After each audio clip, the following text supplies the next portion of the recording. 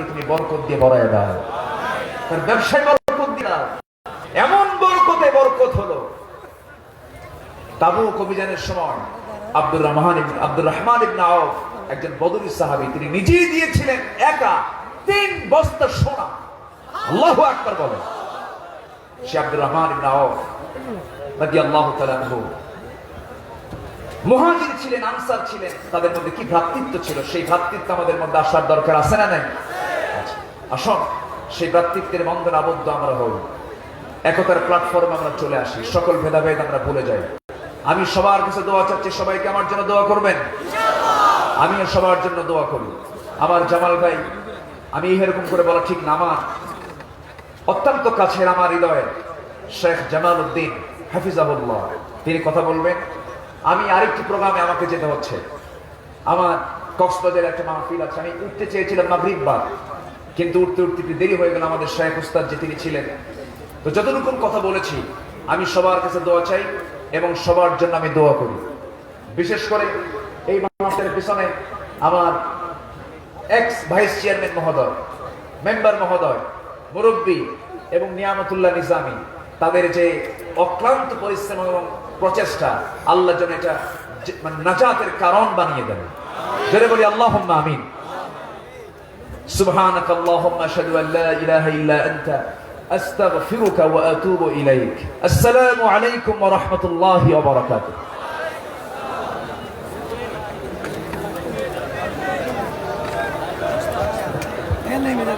সম্মানিত তৌহিদি জনতা, এতক্ষণ পর্যন্ত আপনাদের সামনে মহাগ্রন্থ আল কোরআন থেকে সারগর্ভ আলোচনা পেশ করলেন বিশিষ্ট ইসলামী চিন্তাবিদ, এই দেশের তরুণ সমাজের প্রিয় মুফাসসির, নন্দিত মুফাসসিরে কোরআন জনাব হযরত মাওলানা কারি আব্দুল্লাহ আল আমিন সাহেবের ঢাকা। সম্মানিত তৌহিদি জনতা, আমরা অত্যন্ত চাপ নিয়ে বাধ্যবাধকতার ভিতরেই আপনাদেরকে এই মাহফিল উপস্থাপন করেছি। আপনারা একটু বসে আমাদেরকে সহযোগিতা করুন, আপনারা একটু বসে সহযোগিতা করুন। আমাদের সমস্ত ভলান্টিয়ার ভাইদেরকে মাহফিলের উত্তর পাশে যাওয়ার জন্য বিনীতভাবে অনুরোধ করছি। আমাদের ড্রেস পরিহিত সমস্ত ভাইদেরকে মাহফিলের উত্তর পাশে যাওয়ার জন্য অনুরোধ করছি। আপনারা একটু ধৈর্য সহকারে বসে পড়ুন। আমাদের এখন এই পর্যায়ে আপনারা মঞ্চে দেখতে পাচ্ছেন যিনি ধারাবাহিক তাফসীর পেশ করেন, বিশিষ্ট ইসলামী চিন্তাবিদ, এই দেশের এই নন্দিত মুফাসসিরে কোরআন আল্লামা শেখ জামাল উদ্দিন সাহেব, তিনি মঞ্চে উপবিষ্ট হয়েছেন। এখনই তিনি আমাদের মাঝে তাফসীর পেশ করবেন। এরপর পরে আল্লামা কামরুল ইসলাম সাহেব আনসারী সাহেব মঞ্চে আসবেন। আপনারা একটু ধৈর্য সহকারে বসুন, আমরা আপনাদেরকে বেশি বিরক্ত করব না, একসাথে আমরা সেটা আদায় করবো ইনশাআল্লাহ। সম্মানিত তৌহিদি জনতা, এই পর্যায়ে আপনাদের সামনে হেদায়েতের সর্বশেষ গ্রন্থ মহাবিশ্বের বিষয় পবিত্র কালামুল্লাহ থেকে তাফসীর পেশ করবেন বিশিষ্ট ইসলামী চিন্তাবিদ, নন্দিত মুফাসসিরে কোরআন আল্লামা শেখ জামাল উদ্দিন সাহেবের ঢাকা। মহতরম আল্লামা শেখ জামাল উদ্দিন সাহেবের ঢাকা, তিনি এখন আপনাদের সামনে মহাগ্রন্থ আল কোরআন থেকে তাফসীর পেশ করবেন।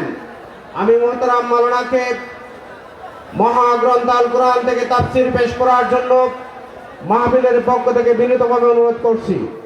সম্মানিত তৌহিদি জনতা, মহতরমের তাফসীর করার সুবিধার্থে, আলোচনা শ্রবণ করার সুবিধার্থে আপনারা একটু ধৈর্য সহকারে বসুন। আমরা আপনাদেরকে বেশি সময় নেব না ইনশাআল্লাহ, আপনারা একটু ধৈর্য সহকারে বসুন।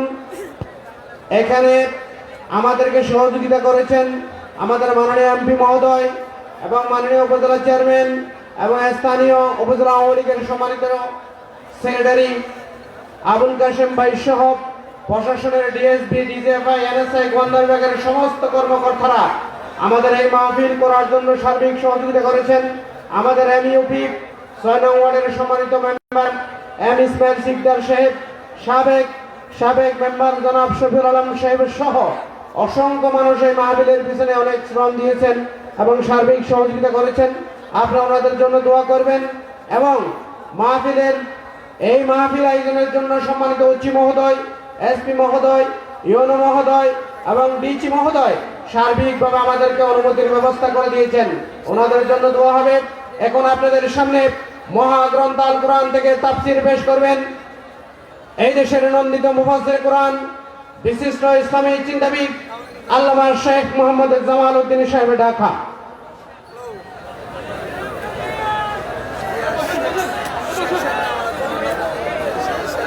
আসসালামু আলাইকুম ওয়া রাহমাতুল্লাহি ওয়া বারাকাতুহু। এই লক্ষ জনতার সালামের জবাব কিন্তু আরো বড় হওয়ার কথা ছিল আওয়াজটা, নাকি? আলহামদুলিল্লাহ الذي شرف الناس بالقرآن العظيم والصلاة والسلام على رسول الله صلى الله عليه وسلم. أعوذ بالله من الشيطان الرجيم.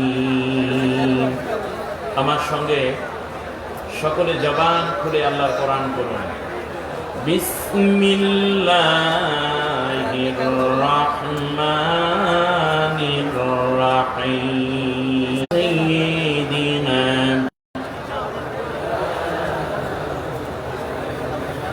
আমি শুধু তোমার শরীর, আমি শুধু তোমার শরীর, হৃদয়ে মদিনা গড়ি, সারাদিন তাই বহু বেদনায় ভরে সরবরি, বেদনায় ভরে সরবরি। উম্মতি উম্মতি বলে কেঁদেছ আখেরের সুখ চেয়ে, এ ধরার সব দুঃখ বুকে নিয়েছ। উম্মতি উম্মতি বলে কেঁদেছ, তোমার সেই উম্মত চেয়ে দেখো আজ দুনিয়ার সুখ ভোগে ছাড়ে দিনদারি। বালাগাল উলা বিকামালিহি কাশাফাত দুজা বিজামালিহি হাসনাত জামিউ খিসালিহি সাল্লু আলাইহি। বাংলাদেশের সর্ববৃহৎ ইসলামী মহাসম্মেলন কক্সবাজার, চট্টগ্রাম থেকে শুরু করে বৃহৎ মুমিন জনপদে, মুমিন হৃদয়ে মাহফিলটি সবচেয়ে বেশি আকর্ষণীয় একটি কোরআনের মাহফিল। তার নাম হচ্ছে পেকুয়া সমাজ উন্নয়ন পরিষদের এই তাফসীরুল কোরআন মাহফিল। আয়োজিত এই মাহফিলের সম্মানিত সভাপতিত্ব করছেন আপনাদের সকলের প্রিয় ব্যক্তিত্ব এবং এই মাহফিলে যিনি অত্যন্ত হৃদয় নিংড়ানো ভালোবাসা এবং দোয়া দিয়ে নেপথ্যে নিরলস কাজ করে যান, উত্তর মেহেরনামা মনিরুল উলুম মাদ্রাসার সম্মানিত প্রধান শিক্ষক জনাব আলহাজ হযরত মাওলানা মুহাম্মদ শহীদুল্লাহ, কোরআনের জন্য আল্লাহ তাকে সুস্থতা এবং দীর্ঘ নেক হায়াত দান করুন। আয়োজিত এই মাহফিলে প্রধান অতিথি হিসাবে থাকার কথা রয়েছে জনাব Alhaj Zafar Alam BA honours MA, এই মাটি ও মানুষেরই কৃতি সন্তান, কক্সবাজার 1 আসনের সম্মানিত সংসদ সদস্য এবং পরিবেশ, বন ও জলবায়ু পরিবর্তন মন্ত্রণালয়ের সম্মানিত সদস্য আল্লাহ কোরআনের জন্য তাকে আরো বেশি করে জাতির খেদমত করে যাওয়ার তৌফিক দান করুন। সম্মানিত ভাইরা, বিশেষ মেহমান হিসাবে দুইজনের নাম না নিলেই নয়। জনাব মোহাম্মদ জাহাঙ্গীর আলম সাহেব, চেয়ারম্যান উপজেলা পরিষদ পেকুয়া, আপনাদের পরিচিত জন, আপনাদের কাছের মানুষ, প্রিয় মানুষ। জনাব মোহাম্মদ আবুল কাসেম সাহেব, বাংলাদেশ আওয়ামী লীগ পেকুয়া উপজেলার সাধারণ সম্পাদক। তিনি অত্যন্ত মেহনত করেছেন এই মাহফিলটাকে গুছানোর জন্য, তারা চেষ্টা করেছেন। আরো চেষ্টা করেছেন স্থানীয় ইউনিয়ন পরিষদের সম্মানিত সদস্য এবং আপনাদেরই কাছের মানুষ, প্রিয় ভাই মোহাম্মদ ইসমাইল হোসাইন শিকদার। আমরা আল্লাহর কাছে দোয়া করছি, যারা আল্লাহর কোরআনকে সাজিয়ে দিল, আল্লাহ দুনিয়া জীবনটা এবং আখিরাতের জীবনটা রহমত দিয়ে সাজিয়ে দিন। আল্লাহ রাব্বুল আলামিন তাদের জীবনে কল্যাণ দান করুন, বলেন আমিন। সম্মানিত মেহমান কথা বলেছেন, বিশেষ করে দার্শনিক। এখনো মনে হয় যেন কথাগুলো তার প্রতি ওহী হচ্ছে। হযরতুল আল্লাহ ডক্টর লুৎফুর রহমান সাহেব, আল্লাহ কোরআনের জন্য তাকে আরো নেক হায়াত দিন, বলি আমিন। আরো কথা বলেছেন আল্লামা ডক্টর মুফতি আবুল কালাম আজাদ বাশার ভাই, আল্লাহ তার কথার মধ্যে নূর আরো ভরে দিন, বলি আমিন। মেহমান বৃন্দ, বিশেষ করে আব্দুল্লাহ আলামিন ভাই কথা বলেছেন, সাদিকুর রহমান আল আজহারি আমার পরপরই আসবেন। আপনাদের উদ্দেশ্যে বিদগ্ধ আলোচক আমার প্রিয় ভাই কামরুল ইসলাম সাইদ আনসারী, ফাঁকে অত্যন্ত ইলমি বায়ান, যা মানুষের কলিজার মধ্যে গিয়ে লাগে, কোরআনের হক আদায় করে তিনি কথা বলেন। লাখো আলেমের ওস্তাদ, বাংলাদেশে এরকম আলেম দ্বিতীয় জন আর নাই। আল্লাহু আকবার। আপনারা বুঝতে পেরেছেন আমি আল্লামা সৈয়দ কামালউদ্দিন আব্দুল্লাহ জাফরি হাফেজাহুল্লাহর কথা বলছি। আল্লাহ তাকে সুস্থতা, দীর্ঘ নেক হায়াত দিয়ে জমিনে যেন আরো বেশি করে কোরআনের আলো ছড়িয়ে দিতে পারেন, সেই দোয়া কামনা করছি। আমরা সবাই বলি আমিন। একেবারেই নির্ধারিত সময়ের মধ্যে কথা শেষ করতে হবে, তবে ভালো হতো যদি প্রশাসন এবং সরকার এই ব্যাপারে উন্মুক্ত করে দিতেন যে বাংলাদেশের সিনেমাগুলো বন্ধ হবে, ড্যান্স বন্ধ হবে, প্রয়োজনে স্কুল কলেজ বন্ধের পাশাপাশি মার্কেট বন্ধ হবে, অফিস বন্ধ হবে, কিন্তু একটি জিনিসের দরজা শুধু খোলা থাকবে, কেবল আল্লাহর কোরআনের দরজাটা খোলা থাকবে। এটা হলে বাংলাদেশ সোনার বাংলা হওয়া সহজ হতো, ঠিক কিনা বলেন? মনে রাখবেন, এই পৃথিবীতে কোরআন হচ্ছে রহমত। কোরআন কি বলেন? আর গজব উঠে যাওয়ার জন্য দরকার রহমতে। জোরে বলেন, কি দরকার? এরপরেও বাস্তব কারণে কিছুটা সীমাবদ্ধতার মধ্যে রেখেও অনুমতি পেয়েছেন এবং মাহফিলের অনুমতি দেয়া হচ্ছে, আলহামদুলিল্লাহ বলেন। যারা অনুমতি দিচ্ছেন, যারা অনুমতি নিচ্ছেন, আল্লাহ সকলকে মাফ করুন, রহমত দ্বারা আল্লাহ তাদেরকে সিক্ত করুন, বলেন আমিন। প্রশাসনের যে সমস্ত বন্ধুগণ বিভিন্নভাবে এই মাহফিলকে সহযোগিতা করেছেন এবং প্রাণ ভরে এই মাহফিলকে বাস্তবায়নের জন্য চেষ্টা করেছেন, আল্লাহ সকলকে রহমত দিয়ে ধন্য করুন। আমি ব্যক্তিগতভাবে গত মাসের নভেম্বরের 28 তারিখে প্রথম করোনা পজিটিভ আসে, আর গত 2 দিন আগে টেস্ট করানোর পরে করোনা নেগেটিভ আসে। এর মানে হচ্ছে আমি মাত্র করোনার 2 দিন পরে এই প্রথম আপনাদের সামনে হাজির হয়েছি। আমি জীবন সম্বন্ধে একটি উপলব্ধি বলতে চাই। আজ আমি আল্লাহর কোরআন দিয়ে আপনাদের সামনে 10টা কথা বলতে চাই। জোরে বলেন, কয়টা কথা? আরো জোরে বলেন। মাত্র 10টা কথা আমি বলবো, কারণ আমি কবর দেখেছি, আমি আমার জানাজা দেখেছি। আমি মারা গেলে আমার স্বজন, আমার কলিজার টুকরা সন্তান আমার কাফনের কাছে আসবে না, কারণ আমি করোনা আক্রান্ত। এটাই বর্তমান স্বাস্থ্যবিধির, এটাই নিয়ম করেছে, বাস্তবতা এটাই। হয়তোবা গোসল করানোর জন্য কোন আলেম ভাই যদি এগিয়ে আসতেন সেটা আলাদা কথা, স্বাভাবিকভাবে গোসলের নিয়ম পদ্ধতিও ভিন্ন হয়ে গেছে। প্লাস্টিকের একটি প্যাকেটের ভিতরে আমার লাশটা জড়িয়ে যাবে, রাত 3টার দিকে হয়তো অ্যাম্বুলেন্সে আমার এলাকায় যাবে, কেউ কেউ বলবে এলাকায় লাশ ঢুকতেও পারবে না। কিন্তু একটি বিষয় আমাকে খুব আবেগ আপ্লুত করেছে। আল্লাহ তাআলা বান্দার দোয়া কত বেশি শোনেন, যদি জানতে চান তাহলে আমার দিকে তাকান। আল্লাহ তাআলার কাছে এত কথা বান্দা বলতে পারে আমার জানা ছিল না। প্রতিটা মুহূর্তে আমি আল্লাহর দয়া স্পষ্ট নিজের চোখে দেখেছি। 14 দিন হোম কোয়ারেন্টাইন করেছি, আইসোলেশন করেছি। আমি একা দাঁড়াতে পারিনি, চোখের পানি ছেড়ে বলেছি আল্লাহ আমি তো পড়ে যাচ্ছি।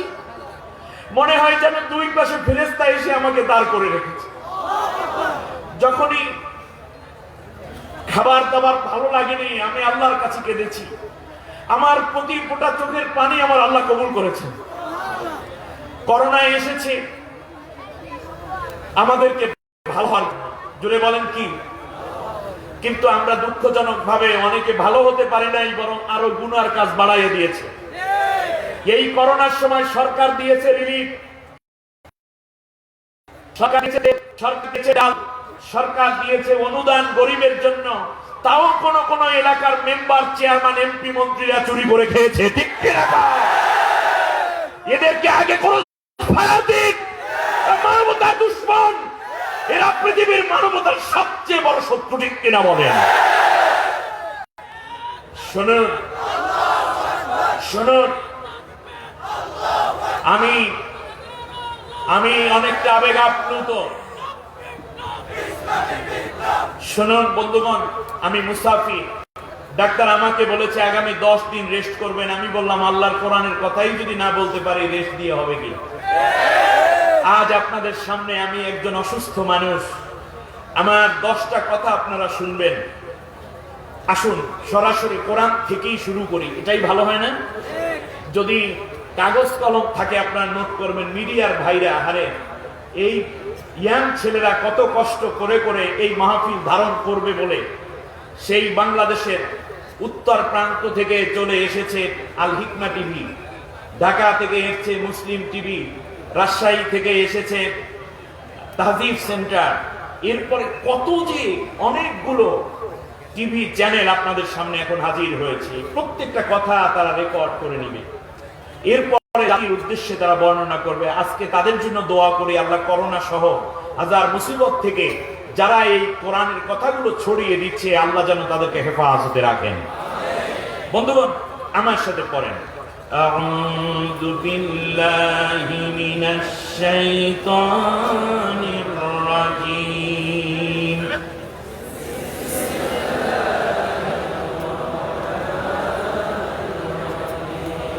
বিতাড়িত অভিশপ্ত শয়তানের ওয়াসওয়াসা থেকে আল্লাহর আশ্রয় চাই।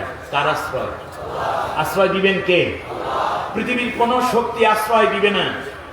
আমরা অনেক সময় মনে করি চিকিৎসা করাবো মাউন্ট এলিজাবেথ হাসপাতালে, আমরা বিপদে পড়লে যাব ভারতের কাছে, মুসিবতে পড়লে যাব আমেরিকার সাহায্যের জন্য। আল্লাহ রাব্বুল আলামিন বিমানগুলো উড্ডয়ন নিষেধ করে দিলেন। ঠিক কিনা বলেন? এর দ্বারা আল্লাহ বুঝাইয়া দিয়েছেন কেউ কারো বন্ধু থাকে না, এই পরিবেশ আমি আল্লাহ করে দিতে পারি। অতএব তোদের একমাত্র কেবলমাত্র শুধুমাত্র বন্ধু আমি আল্লাহ। অতএব ফিরে যেতে হবে কার দিকে? আল্লাহর দিকে। পরম করুণাময় অসীম দয়ালু আল্লাহর নামে শুরু। ইয়া আইয়ুহাল্লাযীনা আমানু লা তুলহিকুম আমওয়ালুকুম ওয়ালা আওলাদুকুম আন যিকরিল্লাহ ومن يفعل ذلك فأولئك هم الخاسرون وأنفقوا مما رزقناكم من قبل أن يأتي أحدكم الموت فيقول رب لولا أخرتني إلى أجل قريب فأصدق وأكن من الصالحين আমানতু বিল্লাহ অর্থ হচ্ছে যে ওই সমস্ত লোক যারা আমি আল্লাহকে বিশ্বাস করেছো বলে দাবি করছো, তোমাদের ধন সম্পদ এবং সন্তান সন্ততি যেন আমি আল্লাহর স্মরণ থেকে দূরে সরিয়ে না দেয়। মনে রেখো, যারাই ধন সম্পদ এবং সন্তান সন্ততির মোহে পড়ে আমি আল্লাহকে ভুলে যাবে, তারাই হচ্ছে চূড়ান্ত পর্যায়ে মহা ক্ষতিগ্রস্তদের অন্তর্ভুক্ত। আরেকটি কথা শোনো, তোমাদের মৃত্যু আসার আগেই তোমাদেরকে যে ধন সম্পত্তি আমি দান করেছি এগুলো থেকে ব্যয় করে থাকো। এমনটা যেন না হয় যে যখন মৃত্যুকাল উপস্থিত হয়ে যাবে তখন শুধুমাত্র আফসোস করে বলবে, আল্লাহ আর একটু সময় দাও, তাহলে আমার লক্ষ টাকার ব্যাংকের চেকটা আমি আল্লাহ তোমার পথে দান করে আসবো, আমার জমি দিয়ে আসবো, আমার ঘর দিয়ে আসবো, আমার বাগান দিয়ে আসবো। এই মৃত্যুর সময় যখন আসবে তখন তোমরা এই আফসোস করো না, তার কারণ আল্লাহ সেই সময় একটু সময় চাইবে, কিন্তু আমি আল্লাহ রাব্বুল আলামিন তোমাদেরকে কোনো সময় দেব না। আর তখন তোমরা আফসোস করে বলবে, আল্লাহ দান করে আমরা খুব নেককার হয়ে যাব। বারাকাল্লাহু লানা ওয়া লাকুম ফিল কোরআনিল আযীম। সূরার নাম সূরা মুনাফিকুন। সূরার নাম কি বলেন? আরো জোরে বলেন। সূরার নাম সূরা মুনাফিকুন। মদিনায় অবতীর্ণ হয়েছে এই সূরাটা, এবং এই সূরাটার মধ্যে 11টি আয়াত আছে, 2টি রুকু আছে। এটাতে মদিনার সূরা, মদিনায় অবতীর্ণ সূরা, এটা বোঝা সহজ, কারণ মক্কায় যত নাযিল হয়েছে 13 বছরে আল্লাহ নবীর উপরে মক্কায় নবুয়ত পাওয়ার পরে 13 বছরে মক্কায় যত সূরা নাযিল হয়েছে কোন সূরার মধ্যে ইয়া আইয়ুহাল্লাযিনা আমানু নাই। সুবহানাল্লাহ বলেন। কোরআন বুঝতে হলে আরো ঠান্ডা ব্রেন চাই।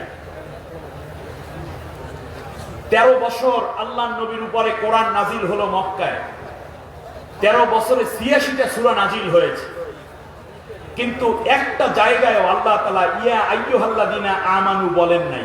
আর যেহেতু এই সূরার মধ্যে ইয়া আইয়ুহাল্লাযিনা আমানু আছে, তাহলে বোঝা যায় এটা মক্কার সূরা হবে না, হবে কোথায়? মদিনার সূরা হবে। মক্কায় আল্লাহ নাযিল করেছেন ইয়া আইয়ুহান নাস, অর্থাৎ হে মানুষেরা, বলেছেন ইয়া বানি আদম, হে আদম সন্তানেরা। তাহলে একটি প্রশ্ন করি, মক্কায় কি তাহলে ঈমানদার ছিল না? আবু বকর রাদিয়াল্লাহু তাআলা আনহু কোথায়? ওসমান, আলী, ওমর, তালহা, জুবাইর, হাব্বাব, খুবাইব, বেলাল, আরাদ, সুমাইয়া, আব্দুর রহমান বিন আউফ, এরা সবাই মক্কায় ইসলাম গ্রহণ করেছেন। কত বড় বড় জলিলুল কদর ঈমানদার, কিন্তু এরপরেও আল্লাহ রাব্বুল আলামিন 13টা বছরে 86টা সূরা নাযিল করলেন। কোরআনের 114টার মধ্যে 86টা সূরাই নাযিল হয়েছে মক্কায়, আর 28টা সূরা নাযিল হয়েছে মদিনায়। কিন্তু এই 13 বছরে এত দামি ঈমানদার থাকার পরেও আল্লাহ ইয়া আইয়ুহাল্লাযিনা আমানু বলেন নাই, কারণ একটাই, তা হলো ওখানে ঈমানদারেরা আছে কাফের শক্তির অধীনে। অর্থাৎ রাষ্ট্র চালায় আবু জেহেল, স্বরাষ্ট্রমন্ত্রী আবু সুফিয়ান, ধর্মমন্ত্রী আবুল আহাব, অর্থমন্ত্রী উমাইয়া বিন খলফ, সংসদের নাম দারুন নদওয়া, দেশে আইন চলে আবু জেহেল আবুল আহাবদের, জাহিলিয়ার সমাজ ব্যবস্থা, সেখানে বাইতুল্লাহ যদিও আছে, জমজম আছে, আবু বকর আছে, মাকাম ইব্রাহিম আছে, সাফা মারওয়া আছে, সব ঠিক আছে, কিন্তু আল্লাহর জমিনটা আল্লাহর কোরআন দিয়ে এই 13 বছর মক্কায় চলে নাই। এজন্য সেখানে আবু বকরের মতো ঈমানদার, ওমরের মতো ঈমানদার থাকার পরেও আল্লাহ রাব্বুল আলামিন একটি বারের জন্য 86টা সূরার এক জায়গায়ও ইয়া আইয়ুহাল্লাযিনা আমানু বলেন নাই। এর দ্বারা বোঝা যায় ইয়া আইয়ুহাল্লাযিনা আমানু সৃষ্টি হয় একটি রাষ্ট্রে কত ঈমানদার আছে তার উপর ভিত্তি করে নয়। ঈমানদার ইয়া আইয়ুহাল্লাযিনা আমানু এই কথাটা নাযিল হয় কেবলমাত্র এর উপরে ভিত্তি করে যে রাষ্ট্রটা আল্লাহর কোরআন দিয়ে চলে কিনা তার উপর ভিত্তি করে। বন্ধুগণ, এই সাহাবীরাই চলে গেলেন মদিনায়। কোথায় গেলেন? মদিনায় আল্লাহর নবী চলে গেলেন। মদিনার লোকেরা ডাক দিয়ে বলল, মুহাম্মদ, তোমার মতো এত ভালো মানুষ আমরা পেয়েছি, আমাদের কপাল। সুতরাং আমরা চাই তুমি এই মদিনাটা তোমার তত্ত্বাবধানে চালাও, তুমি রাষ্ট্রপ্রধান হয়ে যাও। আল্লাহ নবী বললেন, ও মদিনাবাসী, তোমাদের দাবি আমি মেনে নিতে পারি, তবে একটাই শর্ত, তাহলে রাষ্ট্র চালাইতে হবে তোমাদের সংবিধানে নয়, তোমাদের আইন ও কানুনে নয়।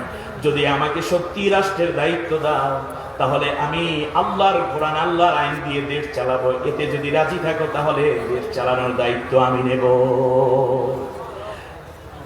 মদিনার লোকেরা বলল, মুহাম্মদ, আল্লাহর আইন তো খুব ভালো।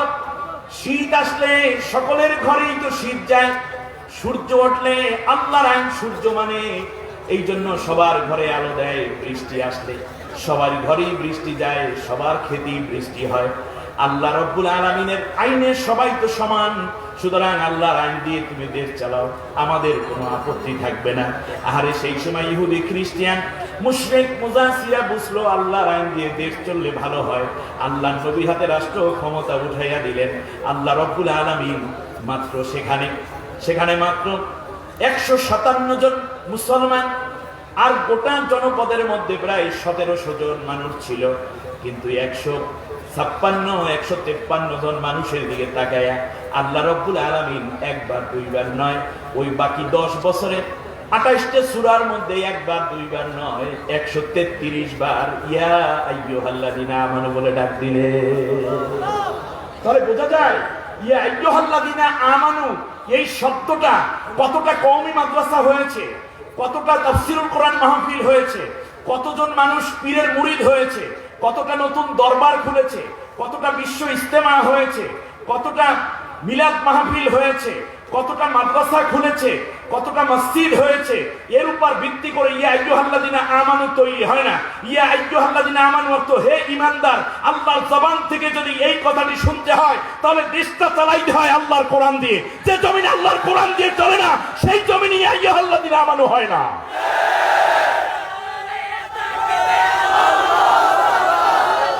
আমাকে কথা বলতে দিন, আপনারা স্লোগান করে দিন, আমাকে একটু কথা বলতে দিন প্লিজ।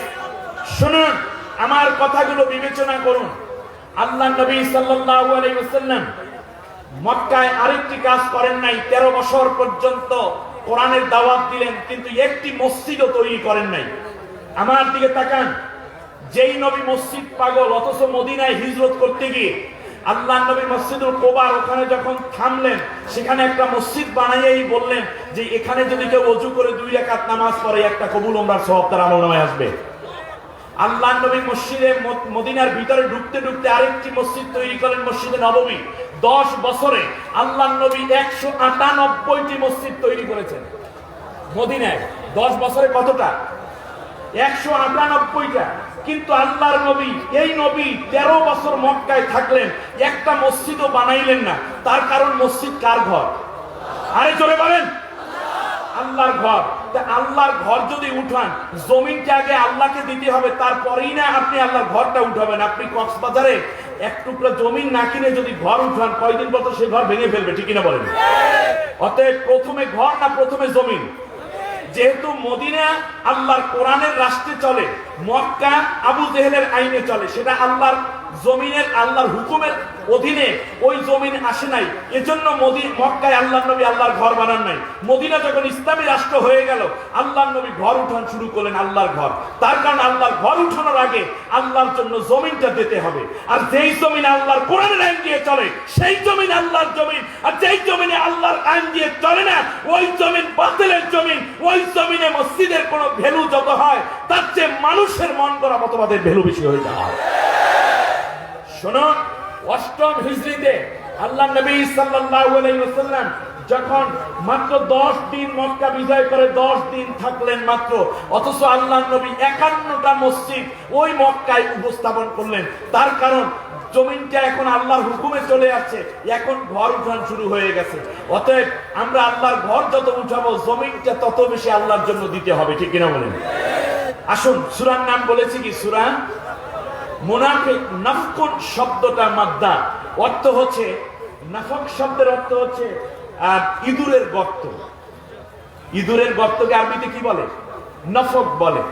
অথবা আপনারা যদি গ্রামে অনেক সময় দেখবেন যে মাছ ধরার জন্য বাঁশ এভাবে দুই মাথা আটকে, এক মাথা আটকানো থাকে আর এক মাথা খোলা রেখে তারপর পানিতে ভিজে, আপনাদের ইসে আছে কি আছে, কি বলেন এটাকে আপনারা? হ্যাঁ, এইটার মধ্যে মাছ ঢুকে তারপরে গৃহস্থ গিয়ে মাছ এক পর্যায়ে পানির ভিতর থেকে তুলে নিয়ে আসে। একদিক খোলা থাকে যেটা, সেটা নফক না, বরং গর্ত একটা, কিন্তু দুই দিক খোলা। একদিক থেকে আপনি তাড়া করবেন আর একদিক থেকে সে বেরিয়ে যাবে। এটাকে আরবিতে কি বলে বলেন? নফক।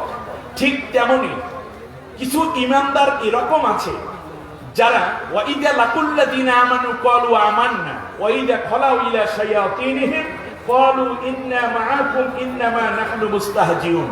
আল্লাহ তাআলা বলছেন, ইমানদারদের মধ্যে এমনও কেউ নামধারী ইমানদার আছে, যখন ইমানদারদের সাথে দেখা হয় তখন বলে আমরা আপনাদের সাথে আছি, আর যখন তাদের থেকে আলাদা হয়ে যায় তখন তারা সেখানে বলে যে আমরা আসলে ওদের সাথে ধোঁকাবাজি করেছি, আমরা আপনাদের কাছের মানুষ, আপনাদেরই দলের লোক, আমরা যে মুসলমানদের সাথে ইমানদারদের সাথে চলেছি এটা করেছি প্রতারণা। এদেরকে কি বলা হয়? মুনাফিক। জোরে বলেন কি? মুনাফিক বলা হয়।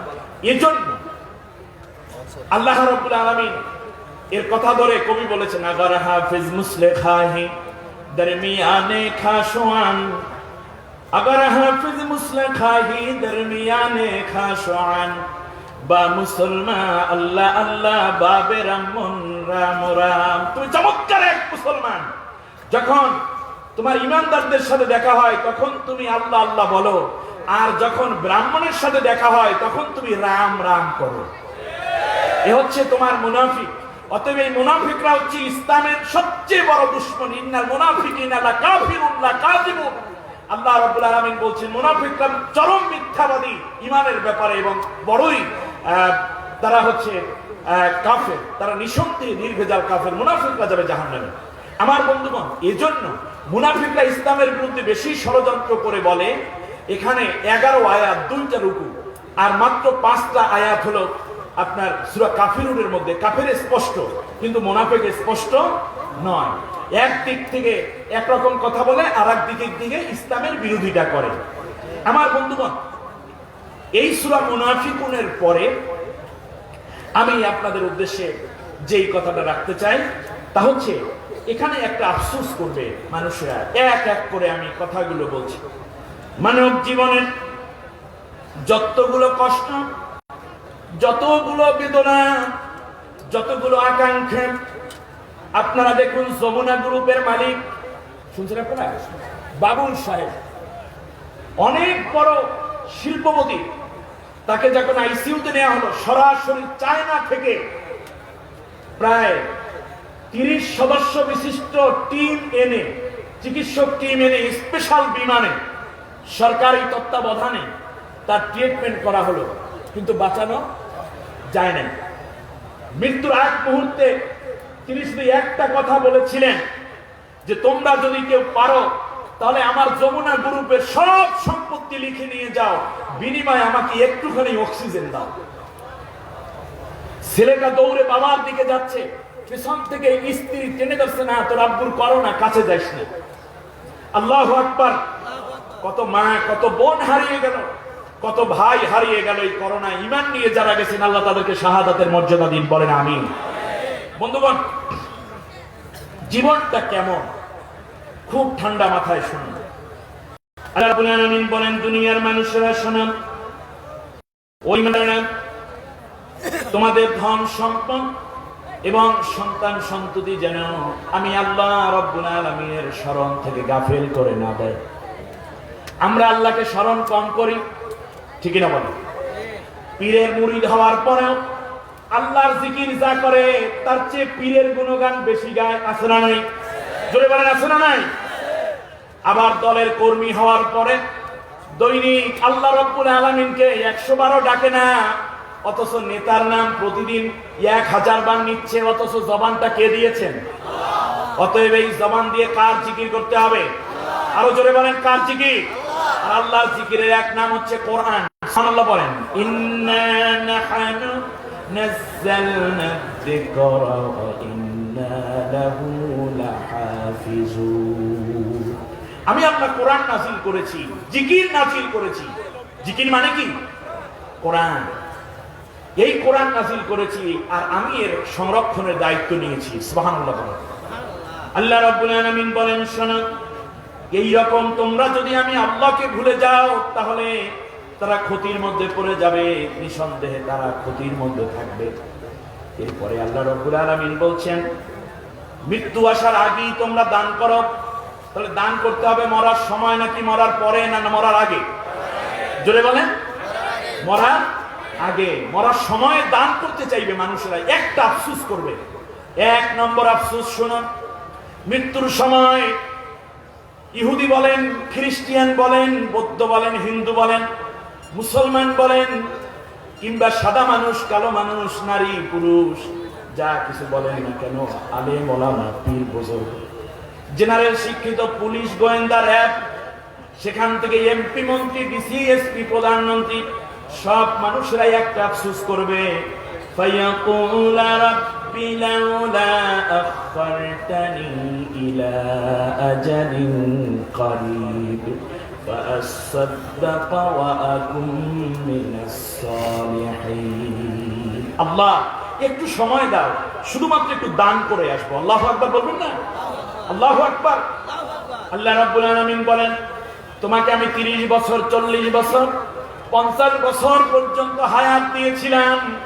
এই 50 বছরে তুমি 50,000 টাকা দান করতে পারো নাই, আর এখন 50 মিনিটে তুমি 50 লক্ষ টাকা দান করে ফেলবা, এইটা বিশ্বাসযোগ্য নয়। আল্লাহ রাব্বুল আলামিন বলেন, এই জন্য তোমাকে আমি আল্লাহর কোনো সুযোগ দেব না। তাহলে মৃত্যুর সময় সন্তানের দিকে তাকাবে, স্ত্রীর দিকে তাকাবে, এক পর্যায়ে মৃত্যু যন্ত্রণা যখন শুরু হয়ে যাবে, আফসোস করে বলবে, আল্লাহ গো, একটু সময় দাও, আমি শুধুমাত্র চেকটাই একটা দস্তখত দিয়ে আসবো, আমার এই বিশাল জমিনটাকে আমি একটু মাদ্রাসায় লিখে দিয়ে আসবো, আল্লাহ কোরআনের জন্য আমি আমার জীবনের সমস্ত অর্জিত সম্পত্তিগুলো দান করে দিয়ে আসবো। আল্লাহ রাব্বুল আলামিন বলেন, আগের আমলনামা তো দানের মধ্যে নাই, অতএব আমি আল্লাহ রাব্বুল আলামিন তোমার কথা বিশ্বাস করলাম না। আল্লাহু আকবার। আল্লাহ রাব্বুল আলামিনের জন্য বলছেন, ওয়াল তানজুর নাফসুম মা কদ্দামাত লিগাদিন ওয়াত্তাকুল্লাহ ইন্নাল্লাহা খাবীরুম বিমা তা'মালুন।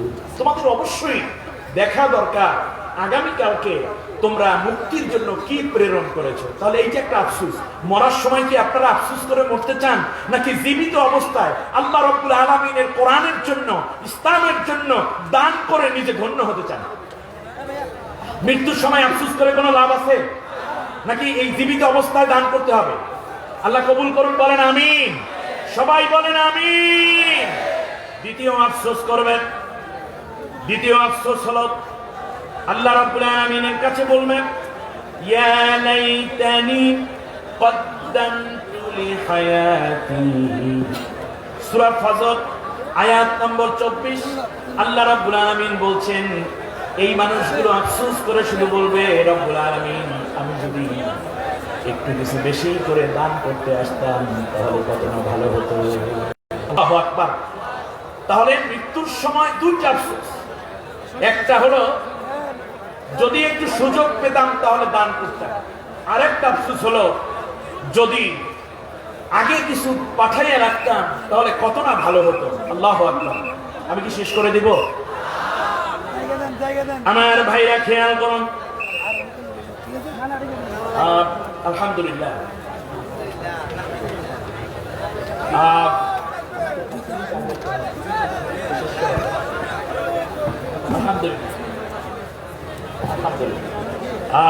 কামরুল ইসলাম সাইদ আনসারী বাতিলের আতঙ্ক শুধু নয়, বরং ইমানদারদের কলিজার মধ্যে ভালোবাসার জায়গা করে নেয় এক মানুষের নাম। ঠিক না বলেন? আমার ভাই চলে আসছেন, স্বভাবতই আমার বাতিটা নিভে যাওয়ার কথা, তো আমাকে একটা নোট দিলেই হবে। আমার ভাইরা, তাহলে কয়টা আফসোস গেল, একটু আমার দিকে তাকান। এক নম্বর হচ্ছে, আল্লাহ যদি তুমি আমাকে তৌফিক দাও তাহলে আমি দান করে আসি। আর দ্বিতীয় হচ্ছে, ও আল্লাহ, আমি যদি আর একটু সুযোগ পেয়ে কিছু যদি আরো বেশি পাঠিয়ে আসতাম আমার জীবিত অবস্থায় তাহলে কত না ভালো হতো। আল্লাহ বলবেন না? কবরের মধ্যে রাখার পরে আমার দিকে তাকান, তাকান, আফসোসময় জীবন, উত্তরণের উপায় কি? ঠান্ডা মাথায় কথা নিতে হবে। কবরের মধ্যে যখন রেখে দেওয়া হয়, তিনটা প্রশ্ন করা হয়, আপনারা জানেন কিনা? এক নম্বর প্রশ্ন আমার রব্বুকা, দ্বিতীয় প্রশ্ন আমার দীনুকা, তৃতীয় প্রশ্ন অমান নাবিয়ুকা।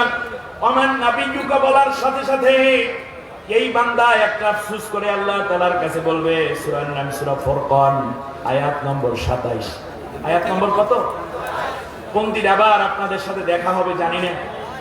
আমার বন্ধুগণ, তৃতীয় আফসোস, কবরে গিয়ে এমপিও করবে এই আফসোস, ডিজিএফআই এর প্রদান করবে, সেনা প্রদান করবে, র্যাবের প্রদান করবে, এমনকি প্রধানমন্ত্রী থেকে নিয়ে চৌকিদার পর্যন্ত সমস্ত মানুষগুলো যারা এই ভালো কাজটি করে যায়নি, তারা আফসোস করে আল্লাহ তাআলার কাছে একটা কথা বলবো। আমার নাবিয়ুকা যখন প্রশ্ন করা হবে, সেই আফসোসটা কি একটু শুনতে চান আপনারা?